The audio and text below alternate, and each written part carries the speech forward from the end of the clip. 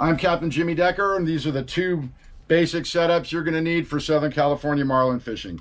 This is a 7-foot rain shadow trolling rod, 16 to 30 pound line, Alps roller guides, aluminum butt, Penn 40 narrow lever drag, single speed, 30 pound monofilament on top of a couple hundred yards of 50 pound braid and 80 pound wind on leader.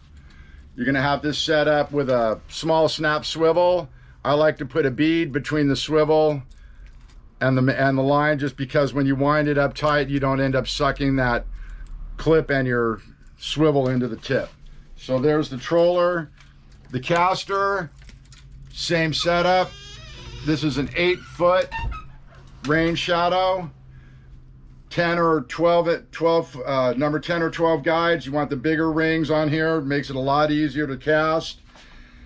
Penn 25 narrow. This happens to be a 2-speed. I usually run a single speed, but we just got this one on the other day when we went out fishing. This is Eagle Claw ELF non-offset legal tournament circle hook, anywhere from an 8-0 to a 10-0. And then one of the most important things is this small swivel inline here, because what happens is this is the rod that you have set with your mackerel in the bait tank while you guys are looking for fish. It's swimming around, and when a fish pops up, you can get it out of the tank and either cast on a tailor or a sleeper, or if a fish comes up in the jigs, you can dump it back behind the boat and you don't have to worry about everything getting all tangled up. So those are the two main setups. I'm going to run through really quick, hopefully without any errors on the setup here. It drags nice and tight.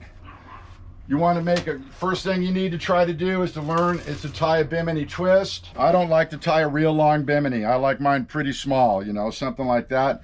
A lot of guys do 28, 30, 32. I usually do 21 or 23. You hold the line between your fingers and you just wrap it with your fingers around. 10, 23, okay? The next thing you got to do is have something to put this loop on. A lot of guys try to put it on their foot. I found it's way easier for me. I have this little hook right here that I use. So here you go. Go ahead and pull it down till you get it about the size that you want. Like I said, I like to run a pretty short one.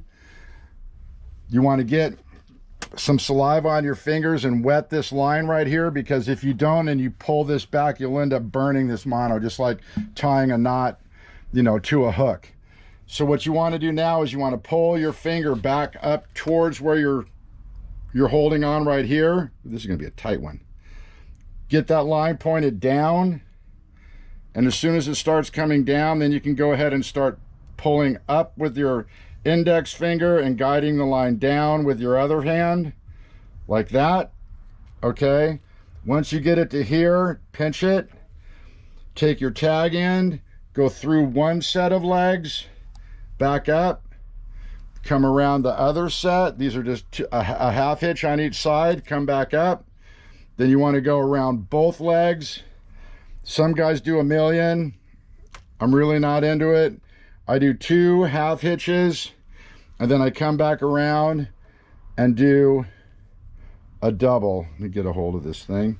I come back around here and do a double or a triple. This one's going to be 3. This one's going to be 3. Go ahead, make sure it doesn't roll over on itself. Pull that up there nice and snug. Take your tool or your whatever crimpers that you have. Go ahead and trim that knot off there.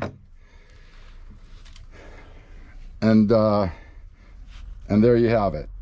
And that's what it looks like. Once you get that done, go ahead and wind up a little bit so you have some room to work with right here, like this. Grab your wind on leader. Grab your wind on. Do not take these little pieces of plastic off. It makes it a lot easier, okay? Get your wind on.